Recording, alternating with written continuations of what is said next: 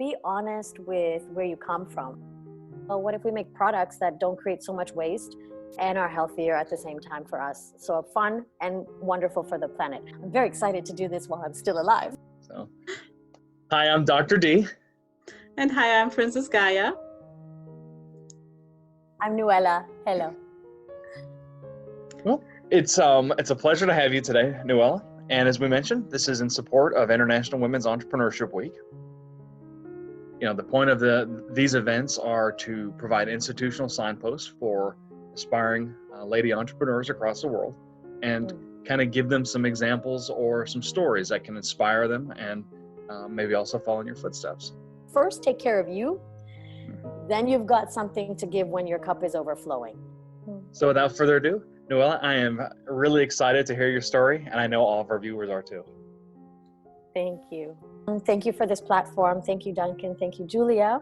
I'm very grateful to share my story. I was born in Kenya and grew up with what I would call a very entrepreneur-rich family, in the sense that everybody in one capacity or another was comfortable with launching projects, ideas, making hobbies, monetizing something that they were good at somehow. So I didn't grow up with this feeling that women were meant to stay at home and in the kitchen. I also grew up witnessing the women in my family, my aunties and their friends, gathering resources and funds together to support children and families that had less, whether it was because of an illness and the hospital bill had to be paid, or a sudden, flooding in the house or something. I noticed how quickly women would get together and create solutions. So this is something that is in my culture and in my family.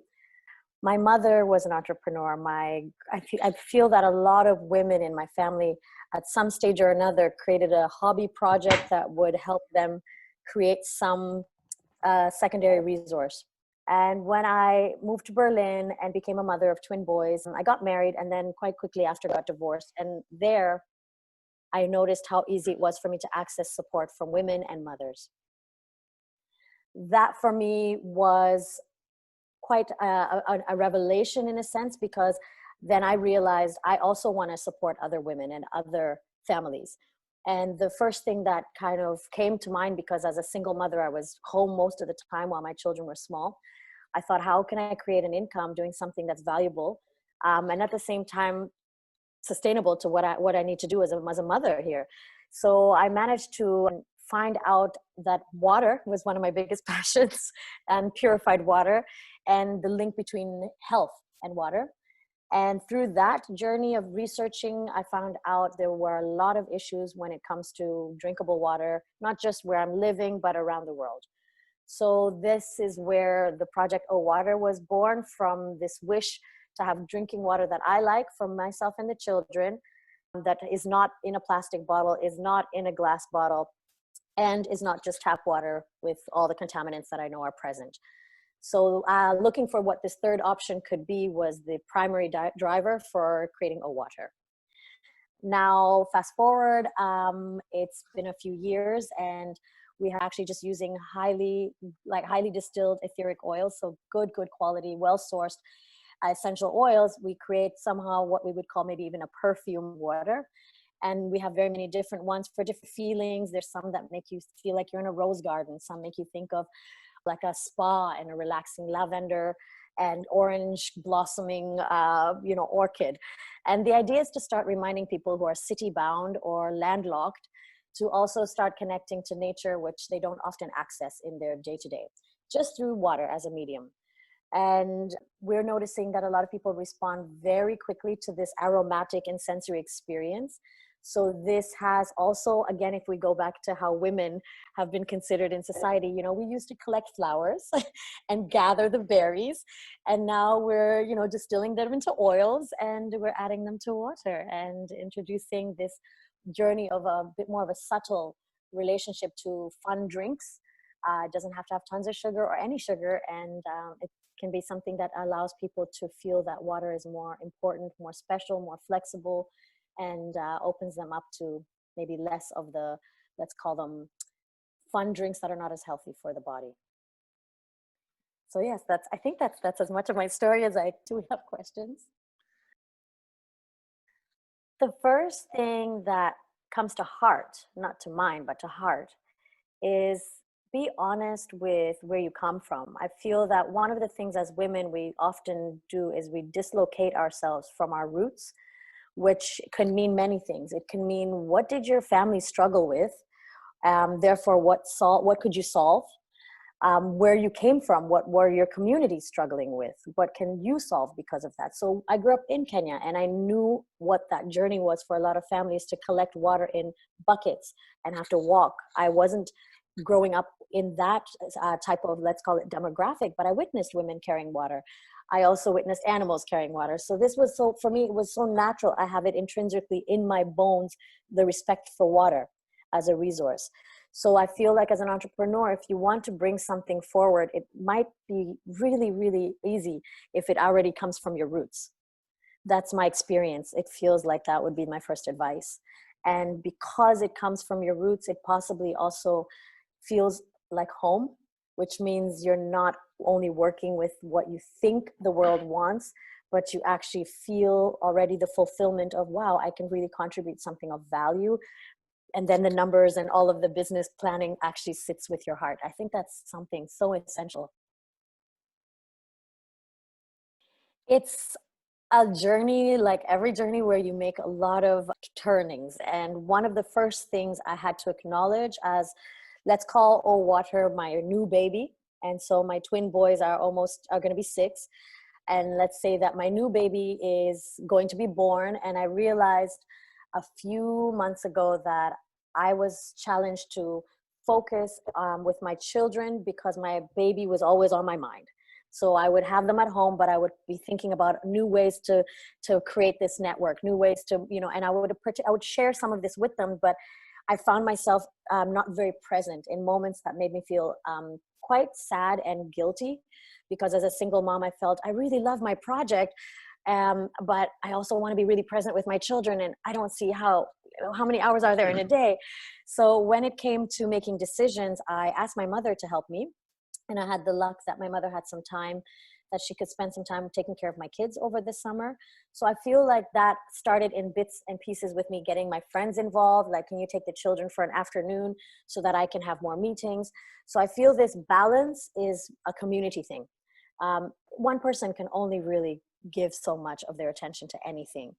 And to be a mother and creating a business and take care of the home and take care of myself, though that balance, that dance is beautiful, but it's so much easier when you have other people holding you as well. So I involved a lot of friends, and in that they also witnessed the pleasure of spending more time with my children, which many people who don't have children often would love to have an afternoon with children, or and also for my mother, she also enjoys right now getting to bond with her grandkids more.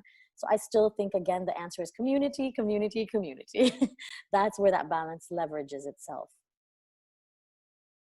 The very first of many of these obstacles was recognizing that perhaps as a female, in the sense that I'm a mother, my concern for the planet and its resources, my concern for public health, and my concern for the future, our children, felt to me very emotional. And when I was pitching the project to often very many of the people who are running these bigger companies and organizations that could be investors, or to venture capitalists, there was quite often a very cold and dry, what is the business plan based on how much profit, how quickly, when is, and I found that very heartbreaking, because it's obvious that water is an enormous industry, regardless which way we slice it. So I found it very challenging to sit in business meetings where what I'm pitching has to do with something quite necessary, a shift in our culture and how we relate to water and public health on a global level. And to feel that the counterparts, or the people who I was speaking to, were less interested because they didn't get the answers that they immediately liked, that for them were fact, money, when do I win?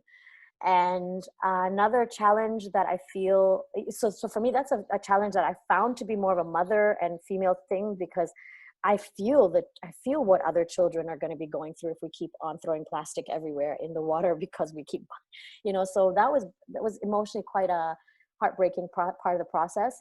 And another part was, okay, so, but not to leave it there, So what I learned from that is, especially in prayer and meditation, to keep on affirming that there are so many wonderful people who have resources, who do think differently, and to keep on opening up to aligning to these divine thinkers, people who think about the impact being positive, not just their financial benefit, but how many more people can be impacted positively.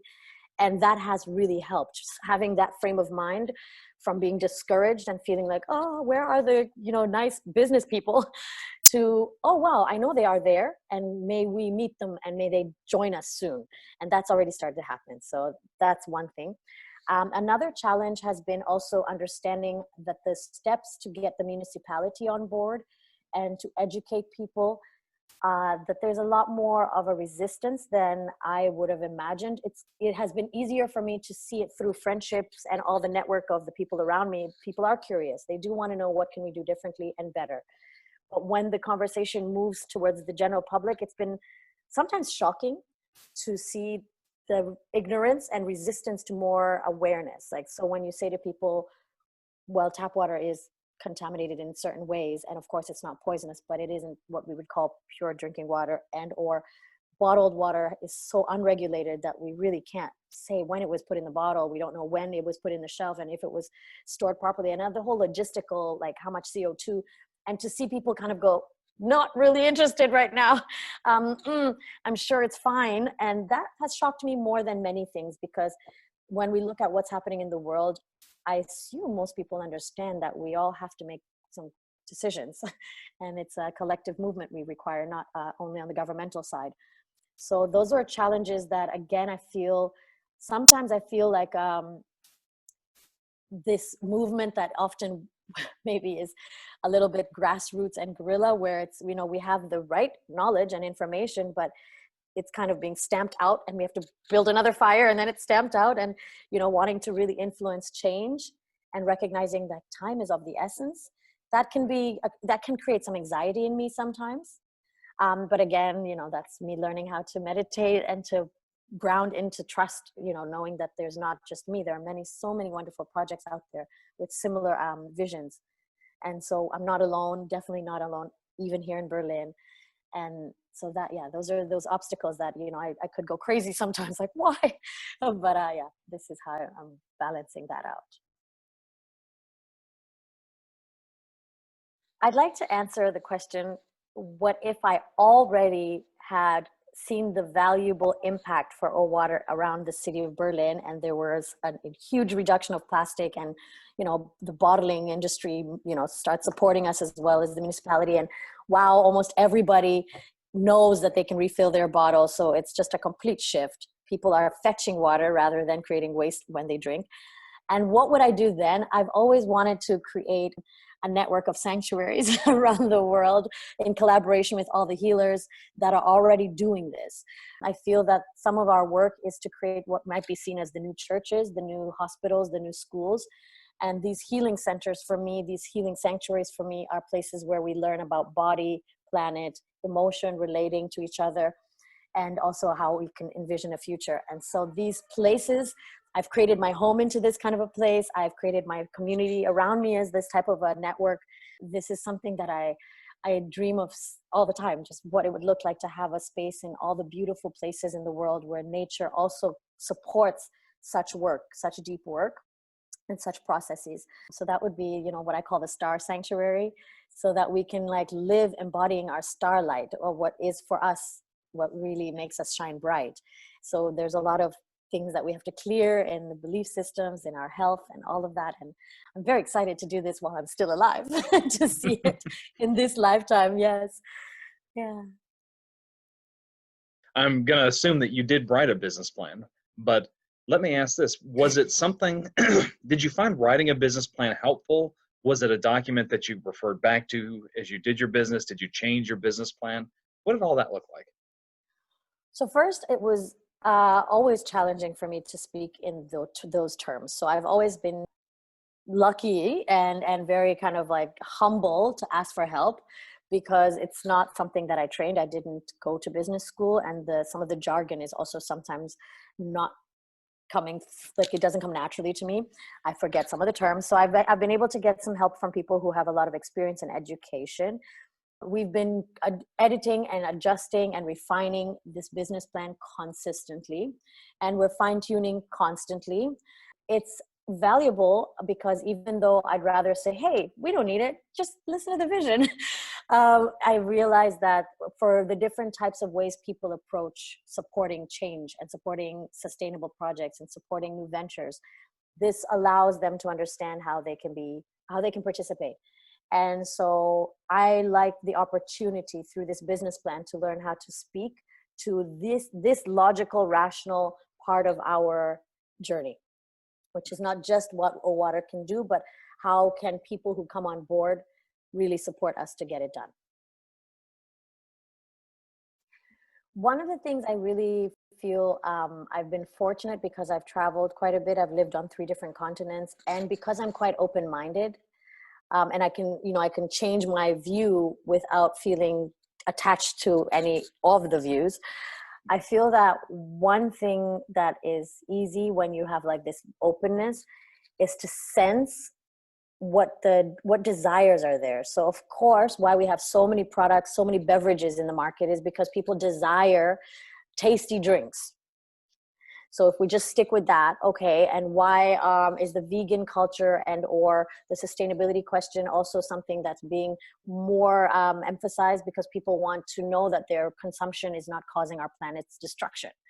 So when I put those things together from the desire place, we desire to have a planet that's beautiful and we desire to have lots of options and tastes, then for me it's really easy to think of, well, what if we make products that don't create so much waste and are healthier at the same time for us? So fun and wonderful for the planet.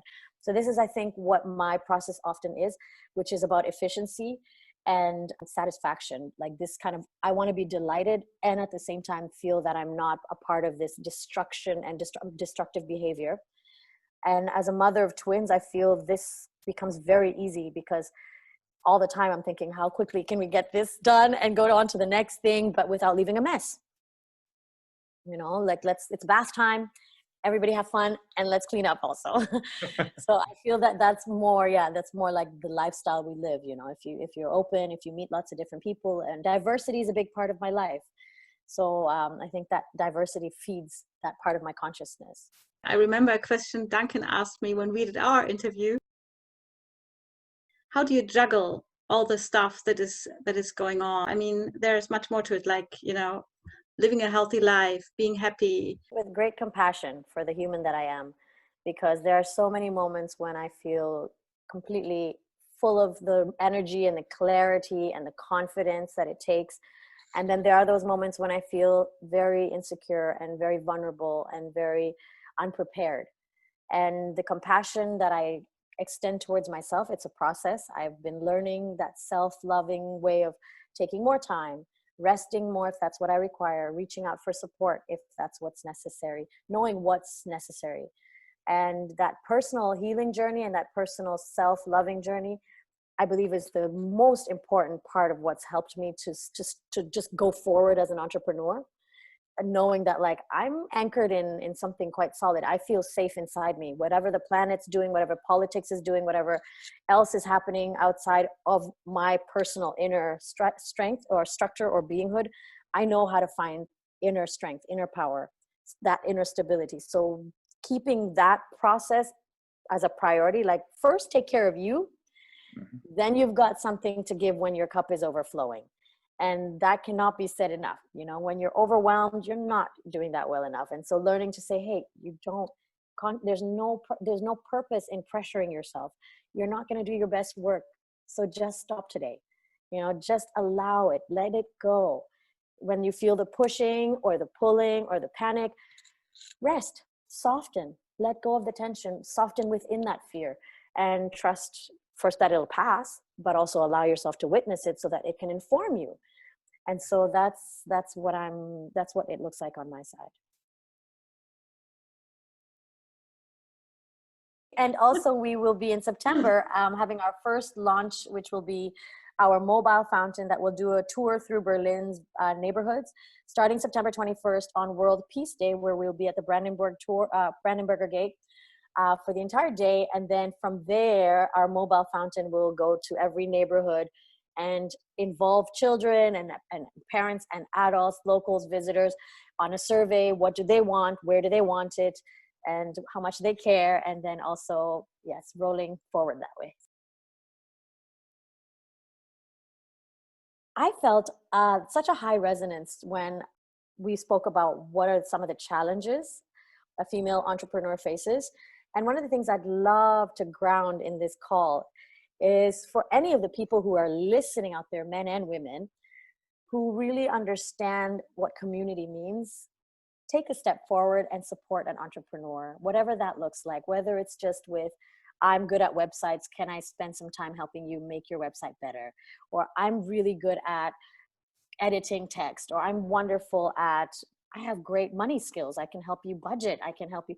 Because there must be an entrepreneur near you, or at least find one and step forward. Even 1 hour a week is such a deeply fulfilling relationship that you will build, because we need each other. So I just wanted to say, please welcome anybody who wants to support a water and or any project that resonates with your heart. And that reminds me, let's say somebody would like to try some of your products. Where could they find out more? Well, we are at the moment really emphasizing sustainability. So for Berliners, you're welcome to my sanctuary to have a water tasting. And we will soon be at a wonderful location up the street from my sanctuary. And it's a beautiful yoga space and healing space, as well as a organic market and restaurant. So very soon we will be able to give people this address to come forward and taste our water in combination with different food, and as well refill their bottles. Feel free to email me, and through the email contact we can make an appointment if you're living in Berlin or passing through. And in the future, we hope that all cities will allow people to have these wonderful fountains that are beautiful art pieces, celestial bodies that allow you to fill your bottle with filtered water. And the big vision is that no matter which city you're in, we have the same high standard of drinking water for us all, regardless of what the issues and challenges are for your local municipality when it comes to what they do with your water. As we wrap up this interview, such a high resonance interview, thank you both. I'd love to invite anybody who participates and who is listening in to remember water as your first love. There's nothing without this element. There's just, it's in everything. It's our tears, it's our placenta, our waters break when we give birth as mothers. It's all binding. And if we can learn to really love water, I'm sure we'll learn how to love ourselves and each other also through that.